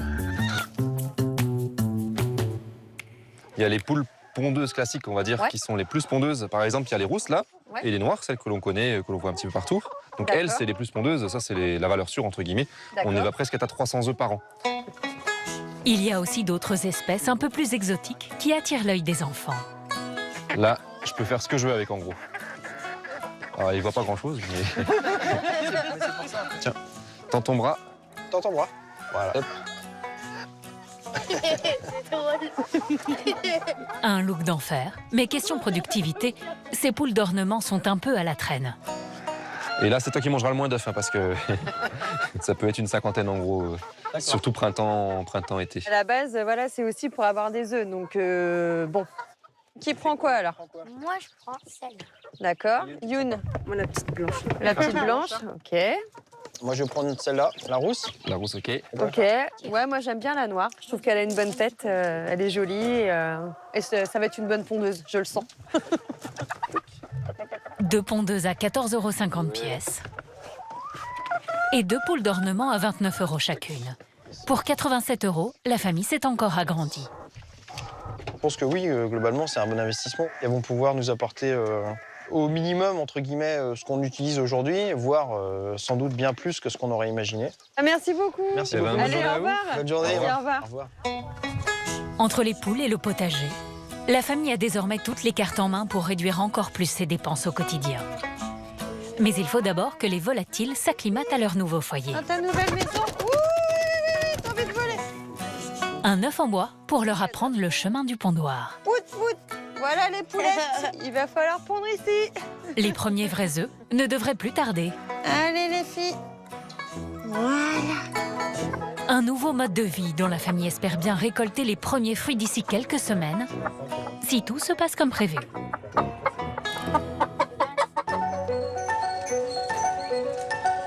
Dans l'Aveyron, les bénévoles de l'épicerie citoyenne de Comprégnac ont mis les bouchées doubles, avec un seul mot d'ordre, la débrouille. La rénovation du local avance à grands pas. Des habitants ont acheté de la peinture. Quant au carrelage, il provient de restes de chantiers cédés par des artisans du village. Et tout le monde met la main à la pâte. Oh là là là là, mais il y avait besoin les carreaux, les copains. Il a aussi fallu trouver des meubles. Tout est issu de la récupération. Comme ces étagères provenant d'un magasin des environs qui refaisait sa décoration. Tout ça, ça a été donné. Rien n'a été acheté pour l'instant. L'épicerie commence enfin à prendre forme. Seul bémol, il n'y a toujours rien à mettre dans les rayons. Alors les habitants de Comprignac ont demandé un coup de main à l'association Bouge ton coq. Aymar et Corentin disposent d'un solide carnet d'adresses, notamment via la vingtaine de mécènes qui les soutiennent. Et parmi leurs contacts, il y a une enseigne de la grande distribution qui pourrait bien apporter la solution. Bonjour. Bonjour. Ça va? Tout ce qui est producteur, Anne, elle a fait le boulot. Mais après, tout ce qui est produits secs, pâtes, riz, produits d'hygiène et autres, eh bien, on n'a pas trouvé notre bonheur, quoi. Donc, finalement, nos étals, là, elles ne servent pas à grand-chose. Hein. Donc, comment vous allez pouvoir nous aider? Dites-moi un petit peu si vous avez un autre filon que ce qu'on a déjà fait. Ouais, on en a un. On en a un. On a travaillé, on travaille tout un réseau de supermarchés. Et là, on vous a trouvé une solution locale à 30 km d'ici. OK. C'est un supermarché qui va, en fait, vous proposer les produits que lui propose en rayon au prix auquel il les achète. D'accord. Donc, vous allez pouvoir les vendre sans la marge qu'eux font, donc à un prix super intéressant, donc probablement en fonction des produits, entre 15 et 30% moins cher. Ouais, on attend son petit téléphone. On attend le 06. Un supermarché qui exceptionnellement accepte de vendre tous ses produits à prix coûtant. La solution est inespérée et elle mettrait fin à des semaines de recherche. Là, qu'une marque de grande surface accepte de jouer le jeu, c'est étonnant, quoi. C'est étonnant. Parce qu'on se dit, forcément, c'est pas des gens engagés, mais en fait, si, un petit peu, en fait, quand même. Donc, le panier final, il sera bien dans les 20%, c'est sûr qu'on les aura, du coup. De moins. C'est super. C'est génial. Si un tel coup de pouce se concrétise, la promesse d'un caddie anti-inflation pour tous les habitants de Comprignac pourrait bien devenir réalité. Si un tel coup de pouce se concrétise, la promesse d'un caddie anti-inflation pour tous les habitants de Comprignac pourrait bien devenir réalité. Quelques jours plus tard, dans la petite ville de Saint-Afrique, à 30 km du village, Caroline doit aller voir le supermarché recommandé par l'association Bouge ton coq. J'y crois. Bon, j'attends de l'entendre pour vraiment sauter au plafond, comme on dit. Mais j'y crois très fort.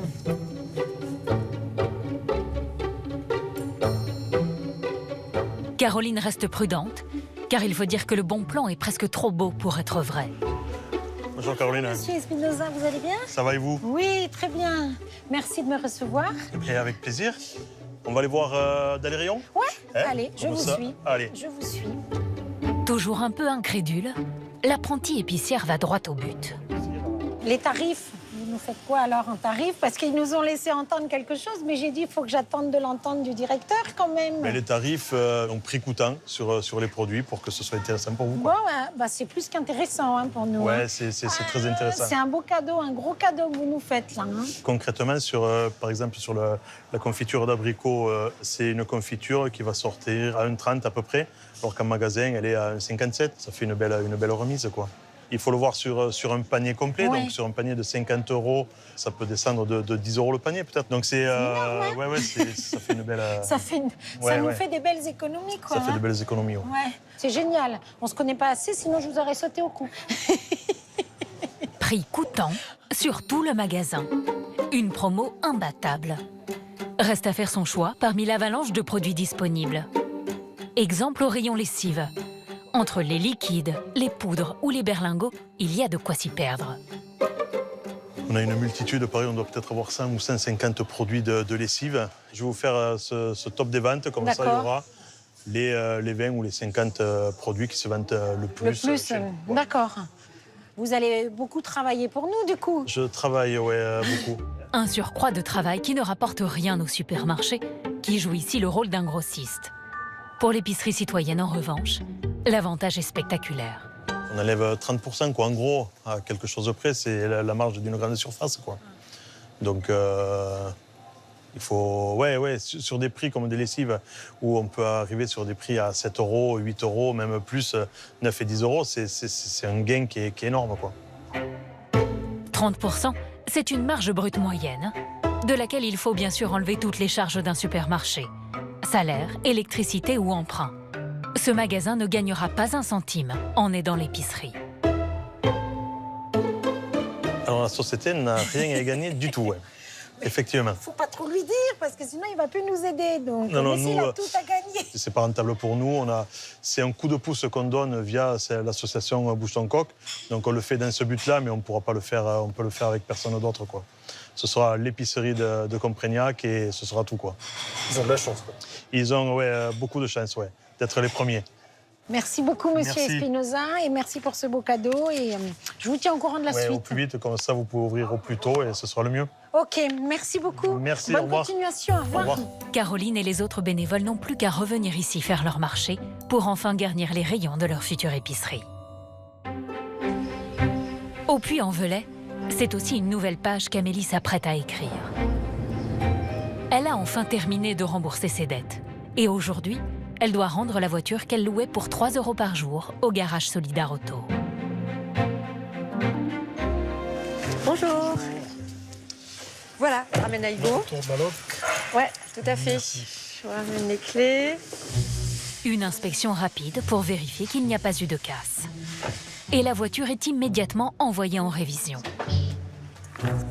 Car sur la liste d'attente du garage solidaire, il y a des dizaines de personnes qui n'ont plus de véhicule et qui comptent sur cette solution d'urgence pour continuer à travailler. Ça le repart certainement demain ou après-demain, oui. Pour quelqu'un qui attend depuis certainement 15 jours ou 3 semaines. Mais Amélie n'a toujours pas économisé assez pour s'acheter une voiture d'occasion. Alors le garage va lui proposer une autre option. La location longue, avec entretien compris. Une solution plus sécurisante pour la mère de famille. Comme vous roulez un petit peu, on partira sur du diesel. Ouais, bac. Ça permettra de faire des économies. Donc, voilà. Ça vous conviendrait comme véhicule? Ouais, bah oui, tout à fait. Ouais. Et du coup, en fait, on avait commencé un petit peu à parler des loyers. Est-ce que vous avez réussi à arrêter quelque chose de clair et de fixe? Sur ce véhicule-là, on sera à 160 € par mois. D'accord, ok. Assurance, entretien et location comprise.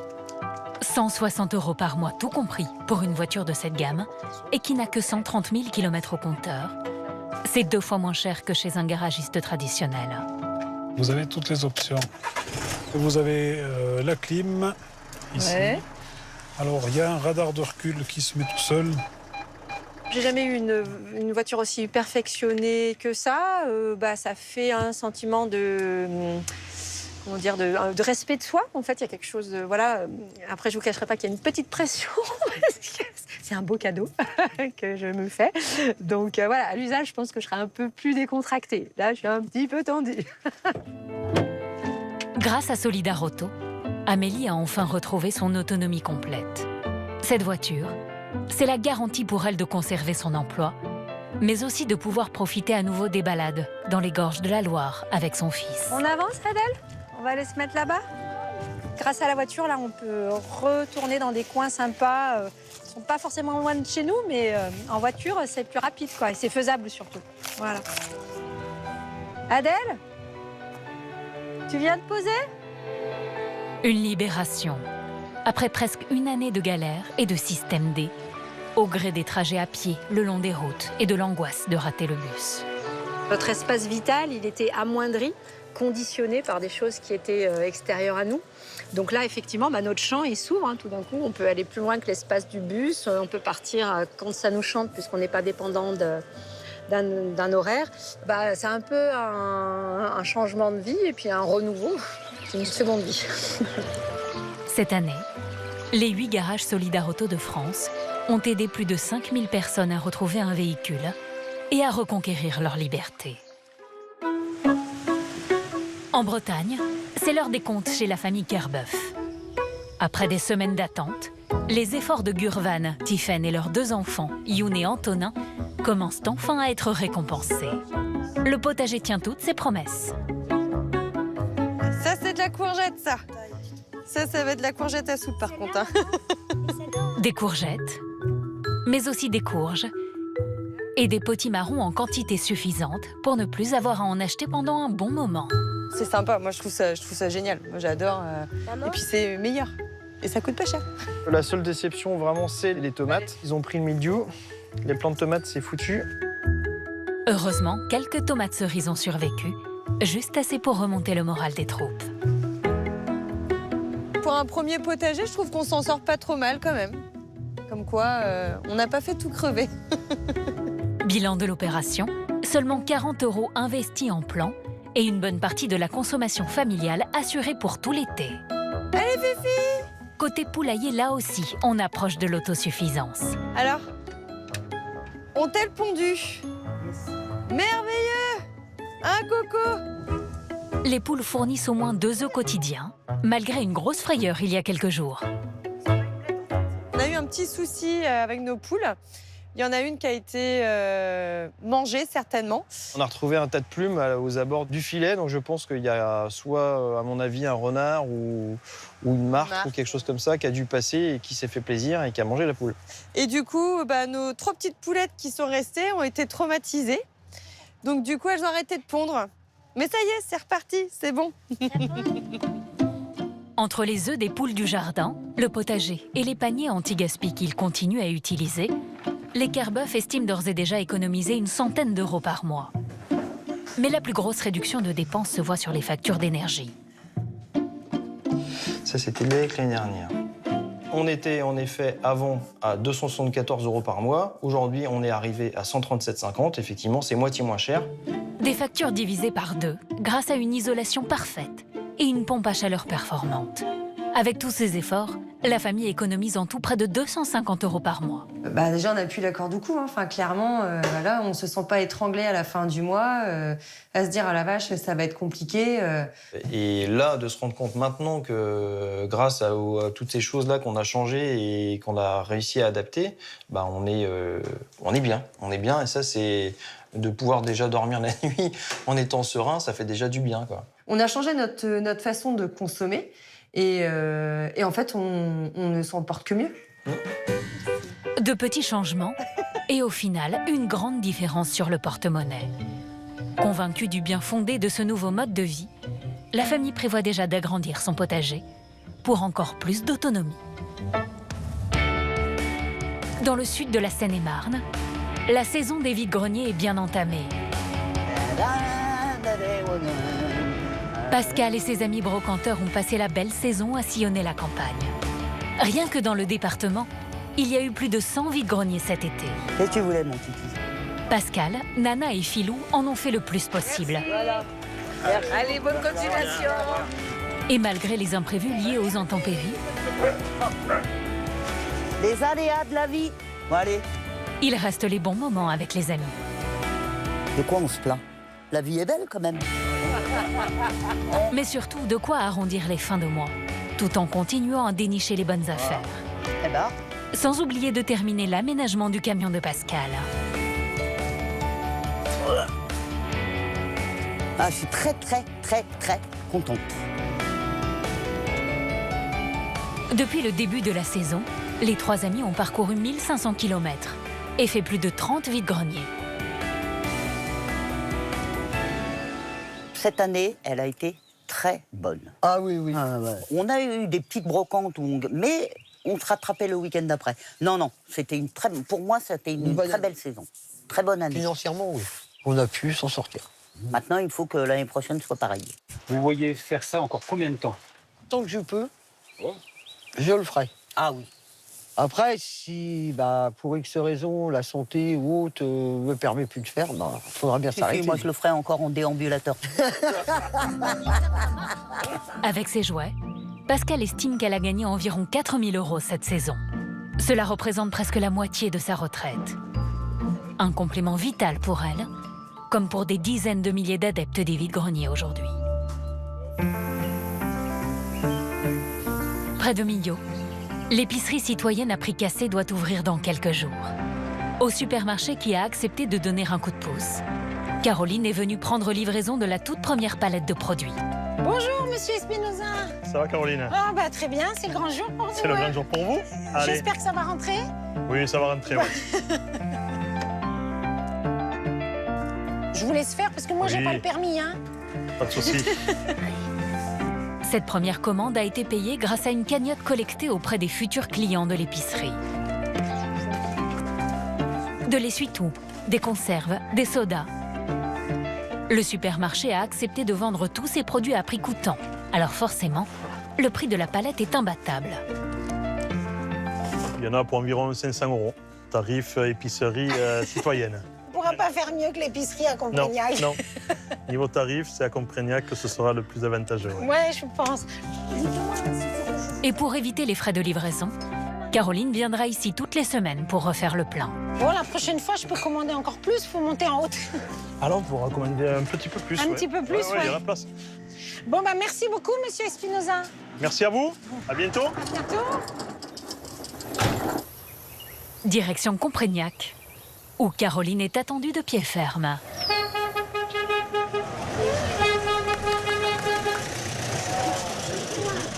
Ça y est, voilà le chargement, quoi.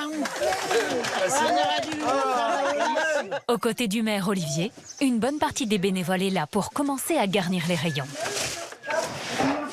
Le rayonnage se remplit et ça, c'est formidable. Là, ça y est, on commence à toucher au but.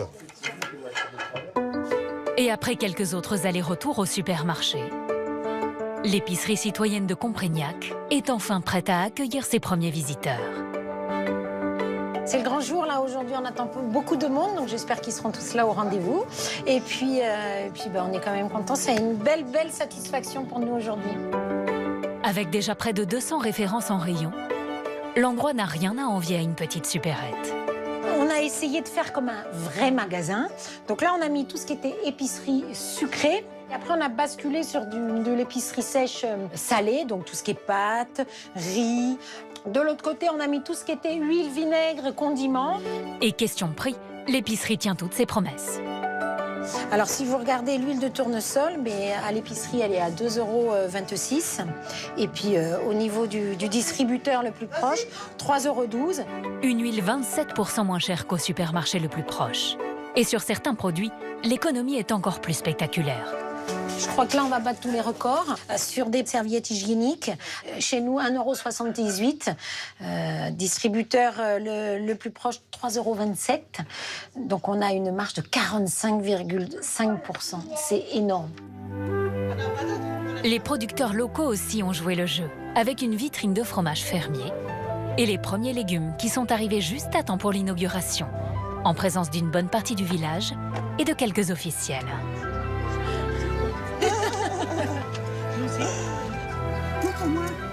Super massif.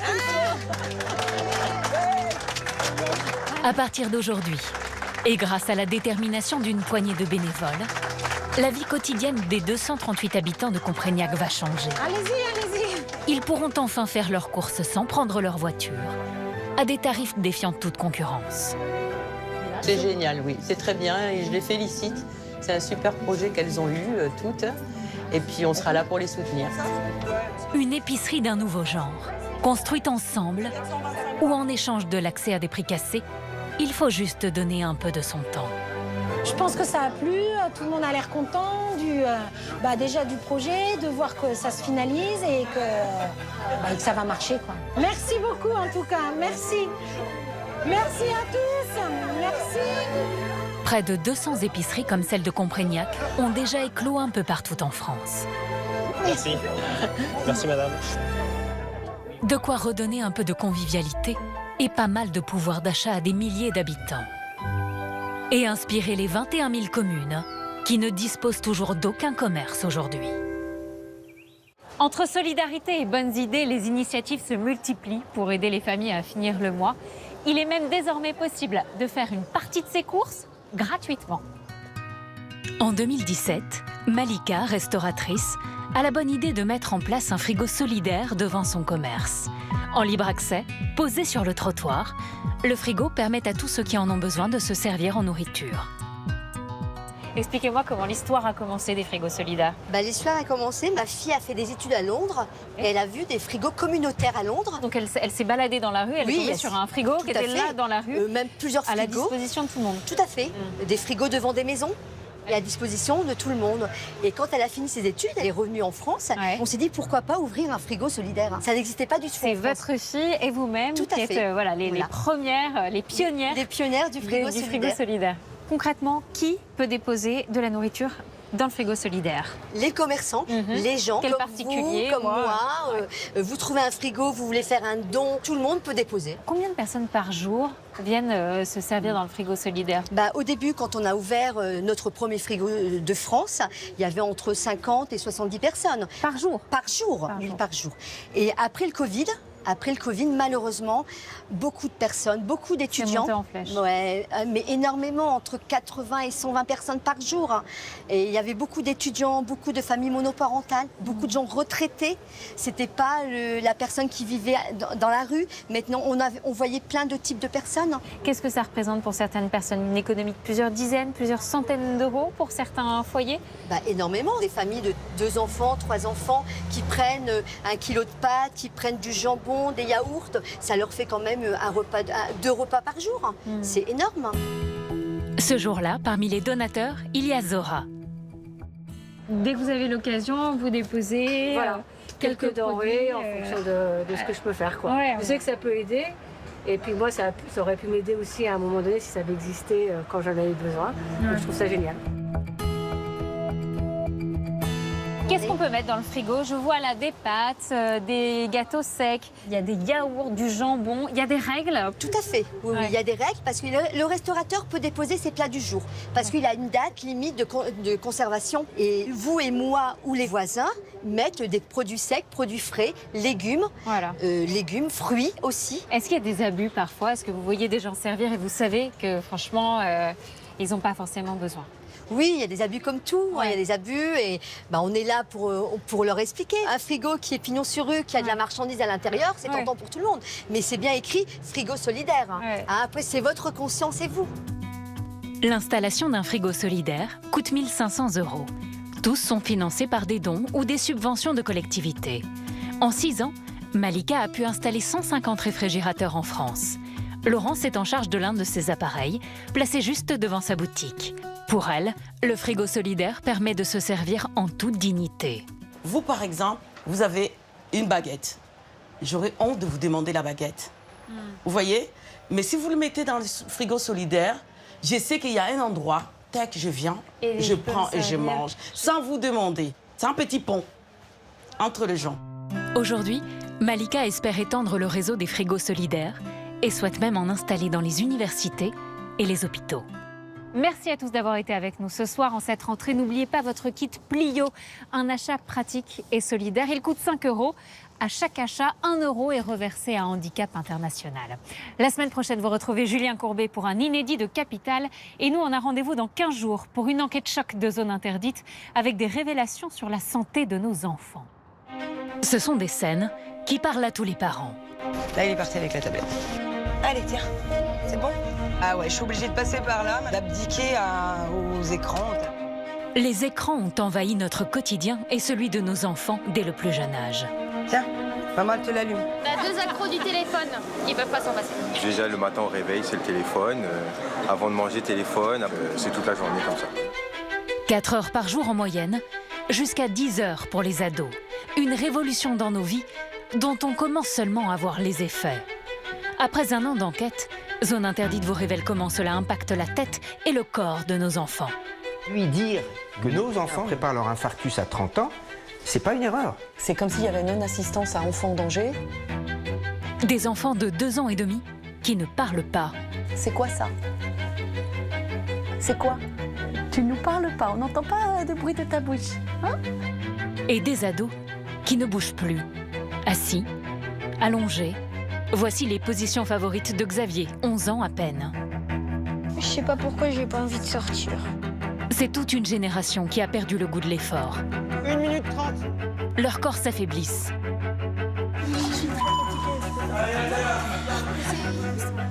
Avec quelles conséquences pour leur avenir? Nous dévoilerons les résultats de la plus grande étude jamais réalisée sur le sujet. Physiquement, il n'y a pas de symptômes. Ça abîme ces vaisseaux sans qu'ils le sachent. Et c'est dans 20 ans que les vaisseaux vont payer. C'est pas maintenant. Moi, je sais simplement que ces enfants ne sont pas en bonne santé. Écran, sédentarité, malbouffe. Révélation sur la santé de nos enfants dans 15 jours, dans Zone Interdite. Tout Tout de suite, c'est Enquête exclusive. Bernard de la Villardière vous propose un document exceptionnel. Il y a 1 an, en Iran, la police des mœurs a tué la jeune Mahsa Amini pour un voile mal porté. Depuis, le pays est au bord du chaos. Les médias occidentaux n'y ont pas accès. Pourtant, les équipes d'Enquête exclusive ont pu filmer ceux qui continuent de se battre contre le régime des mollahs. Pour leur liberté, ils sont prêts à prendre tous les risques. Bonne soirée à tous sur M6 et à dans 15 jours.